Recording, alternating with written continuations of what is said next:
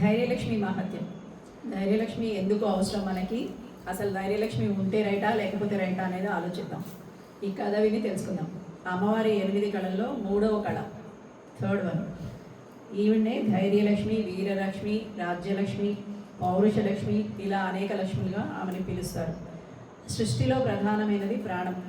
దాన్ని నిలుపుకోవడానికి ఆహారం, ఆ తర్వాత కావాల్సింది ఏంటి? ధైర్యమే. బతకడానికి ధైర్యం ఉండాలి. మొట్టమొదటి జీవితం జీవించడానికి ఎంతో ధైర్యం కావాలి. ఎంత శక్తిమంతుడైనా కూడా ధైర్యం లేకపోతే బలం కూడా పనికిరాదు. గుడ్డివాడి చేతిలో వజ్రం ఉంచినా అతడిని గుర్తించలేక మట్టి బిడ్డ అనుకుని విసిరేస్తాడు. ధైర్యం లేని బలశాలి భయం చేత బలాన్ని వృధాగా చేసుకుంటాడే కానీ జీవితాన్ని గెలవలేడు. పిరికివానిగా బతకడం కన్నా నరకం ఇంకొకటి లేదు. పిరికివాడు నిరంతరం చనిపోతూ ఉంటాడు. భయగ్రస్తుడే తన నీడను తానే చూసి కూడా భయపడుతూ ఉంటాడు. అందుకని బిడ్డను ప్రసవించడానికి స్త్రీ గనక తన ప్రాణాలను తెగించి పురిటి నొప్పులను కూడా ధైర్యంగా భరిస్తుంది. కాబట్టి సృష్టి క్రమం నడుస్తుంది. ఆమె యొక్క మాతృస్థానం అందుకని అత్యంత గౌరవమైన స్థానంగా ఆమెని మొదలుగా మాతృదేవో భవ అని పూజిస్తున్నాం.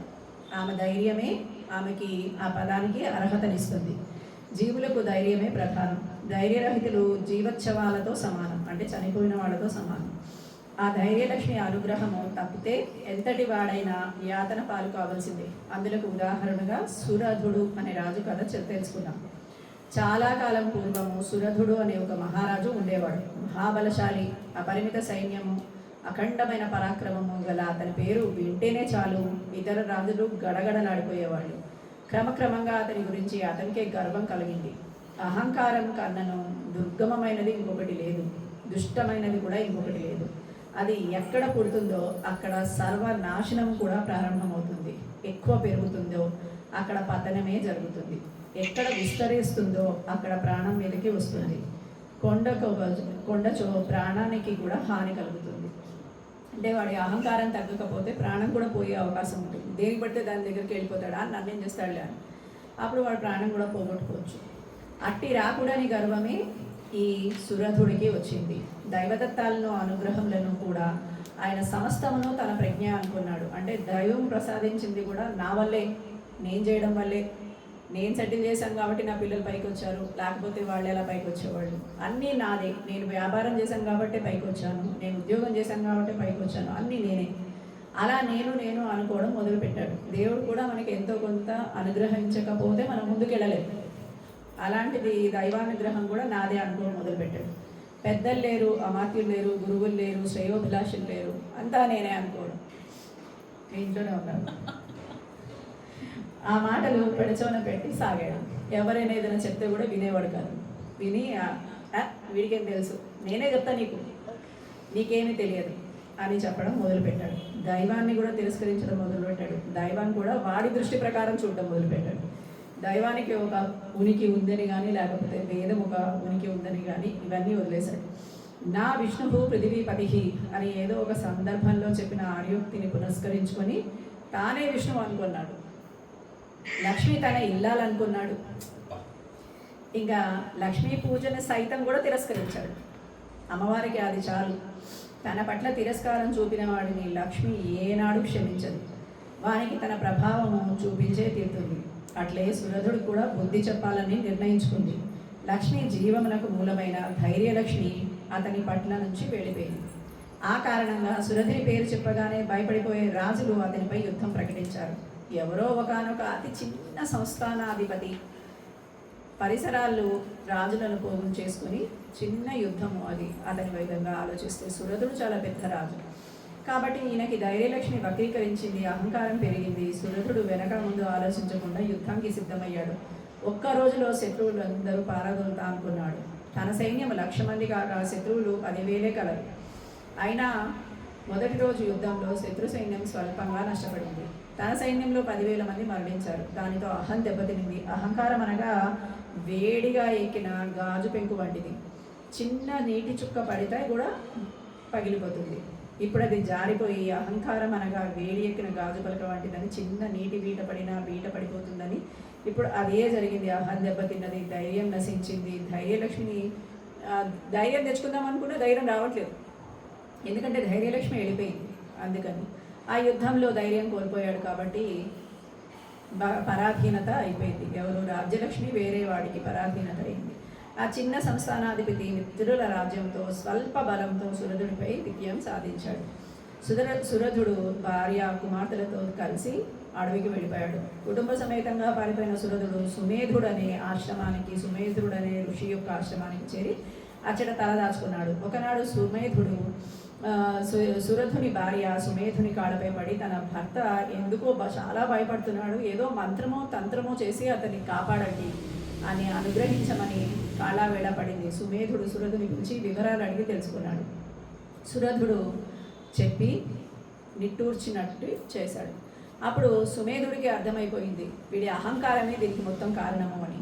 రాజా, నీ బలము వదవలేదు, నీవు యుద్ధం చేస్తే గెలిచేవాడివి, నీకు దక్కే ఉండేది నీ రాజ్యం. కానీ నీవు ప్రధానంగా ధైర్యాన్ని కోల్పోయావు. అహంకారాన్ని వదులు, భయాన్ని వదులు, జయాన్ని కలిగిస్తుంది అంటాడు. భయానికి ఇహపరాలు ఉండవు. ఇహపరాలు అంటే పైకి వెళ్ళాలన్నా వీడు వెళ్ళలేడు, చచ్చిపోయిన తర్వాత ప్రయాణం కూడా చేయలేడు. పైకి వెళ్తే ఏమవుతుందో అని పిశాచ జన్మని కూడా యాక్సెప్ట్ చేస్తాడు అనమాట. అందుకని భూమి మీద ఉండలేడు, పైన పోలేడు, మధ్యలో వేలాడుతూ ఉంటారు. అదే త్రిశంకు స్వర్గం అయిపోతుంది. అందుకని కాబట్టి ఎప్పుడూ క్షత్రియుడికి ధైర్యమే ఉండాలి. ధైర్యం లేకపోతే క్షత్రియుడు దేనికి పనికిరాడు. కాబట్టి నువ్వు ధైర్యలక్ష్మిని ఆరాధన చెయ్యి. అప్పుడు ఆమె అనుగ్రహిస్తే నీకు ధైర్యం వస్తుంది. దానివల్ల నువ్వు యుద్ధం చేయగలుగుతాయి. నీ అహంకారమే నీ పతనానికి కారణం కాబట్టి అహంకారాన్ని కూడా వదులు, ధైర్యలక్ష్మి దయాని పొందు అని చెప్పి మంత్రోపదేశం చేశాడు. ఆ రోజు నుంచి సురధుడు కుటుంబంగా 3 మాసాల పాటు ధైర్యలక్ష్మిని పూజించడం మొదలెట్టాడు. ఆమె ఎలా ఉంటుందట? రక్త వర్ణములు కలిగి ఉంటుందట. ఎర్రటి రంగుతో ఉంటుంది, రెడ్, మిర్చి రెడ్, రక్తాంబరి, రక్త నేత్రములు, ఎర్రటి కళ్ళు కలిగినది, ఎర్రటి వస్త్రాలు ధరిస్తుంది, ఎర్రటి ఆభూషణాలు ధరిస్తుంది, రక్త చందనాన్ని ధరిస్తుంది. చందనం కూడా రక్త చందనమే. దిగ్ధయ్యైన ఉన్న తల్లిని చూడాలంటే చాలు భయం వేస్తుందిట, అంత అందంగా ఉంటుందిట. ఆ అందాన్ని మనం వర్ణించలేమట. ఆ తల్లిని అతి నియమంగా ఆరాధించాడు. ఎందుకంటే ఎర్రగా ఉంటుంది, ఎర్రటి కళ్ళను చూస్తే మనకు భయం వేస్తుంది. అందుకని చూడగానే భయపడతాం. కానీ ఆమెని భయము వదిలి కనుక ఆశ్రయిస్తే ఆమె అంత చక్కటి అందమైన తల్లి లేదట. అది పూజానంతరం ఆమె ప్రసాదం తప్ప మరేమి తిని ఎరగడు. అలా 3 నెలలు ఆ ధైర్యలక్ష్మిని ఆరాధించి ఆ ధైర్యలక్ష్మి కూడా ఆనందం చెందిందిట. లీలగా దర్శనమిచ్చి ఏం కావాలో కోరుకో అంటే, తల్లి నీవు నా యందు ఉండి, ఆనాడు సురధుడు అనుగ్రహించిన తల్లి ఆ ధైర్యలక్ష్మిని అనుగ్రహించడమే ఆలస్యంగా సురధునికి కొత్త కళ వచ్చింది. క్రమక్రమంగా పెరిగితనం పోయింది. కోలుకున్నాడు. అడవిలో స్వేచ్ఛగా తిరగడం మొదలుపెట్టాడు. ఆటవికులను సమీకరించుకున్నాడు. కేవలం 2000 మంది సైనికులను వెంటబెట్టుకుని తన రాజ్యం ఆక్రమించుకున్న ధీమంతుడిపై దండెత్తాడు. అనూహ్యమైన ఈ దాడికి ధీమంతుడు అబ్బురపడ్డాడు. తాను కూడా యుద్ధానికి సిద్ధపడ్డాడు.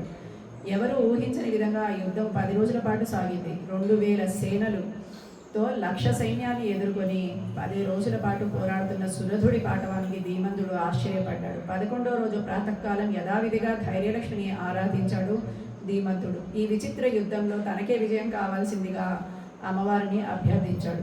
అప్పుడు ఆ తల్లి అదృశ్యంగా ఇలా పలికింది, నాయన, మీరిద్దరూ నా భక్తులే. నన్ను తిరస్కరించి అహంకరించిన కారణంగా గత యుద్ధంలో అతన్ని పరాజితుడిని చేసి నిన్ను గెలిపించాను. అతడు పశ్చాత్తాపం చెంది ప్రాధేయపడి నా అన్నతోనే నీ యుద్ధానికి వచ్చాడు. మీలో మీరు కలహించుకోవద్దు. అతనికి రాజ్యం అతనికి అప్పగించు. నేను నీకు శుభాన్ని కలిగిస్తాను అని చెప్పి ధైర్యలక్ష్మి అతనికి కనిపించి చెప్పింది.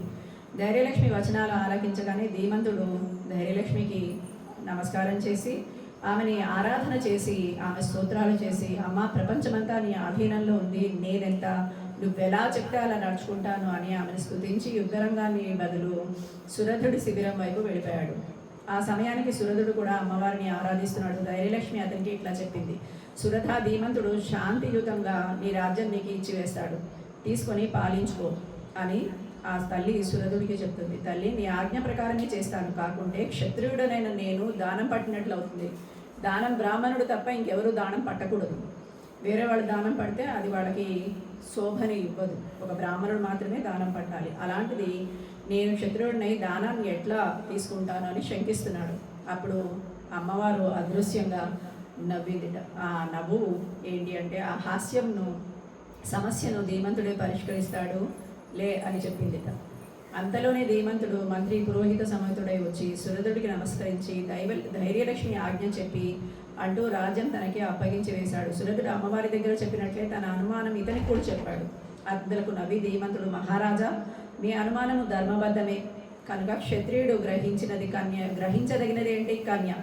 కాబట్టి నాకు కన్యని ఇచ్చి మీరు రాజరికాన్ని వహించండి అని చెప్పాడు. సురధుడు అంగీకరించి కూతురు అమృతవల్లిని ధీమంతుడికి కన్యాదానం చేశాడు. ధైర్యలక్ష్మి కృప వల్ల శత్రువులు బంధువులయ్యారు. కావున జీవులు ఎల్లవేళలా ధైర్యలక్ష్మిని వీడక సేవించాలి. ఒకవేళ ధైర్యలక్ష్మి కృప కలిగితే ఆ అమ్మవారి యొక్క అనుగ్రహంతో వీడు ఎటువంటి రాజ్యాన్నైనా పొందగలడు, ఎటువంటి స్థితినైనా బయటికి రాగలుగుతాడు. అందుకని ధైర్యలక్ష్మి ఉంటే మిగతా 7 లక్ష్ములు మీతోటే ఉంటాయి. అందుకని ధైర్యలక్ష్మిని వదిలిపెట్టకండి ఎట్టి పరిస్థితుల్లో. అందుకని అమ్మవారిని ఆరాధన చేసి అమ్మవారి యొక్క కృపకి పాత్రలు కాగలరు. జయలక్ష్మీనారాయణ.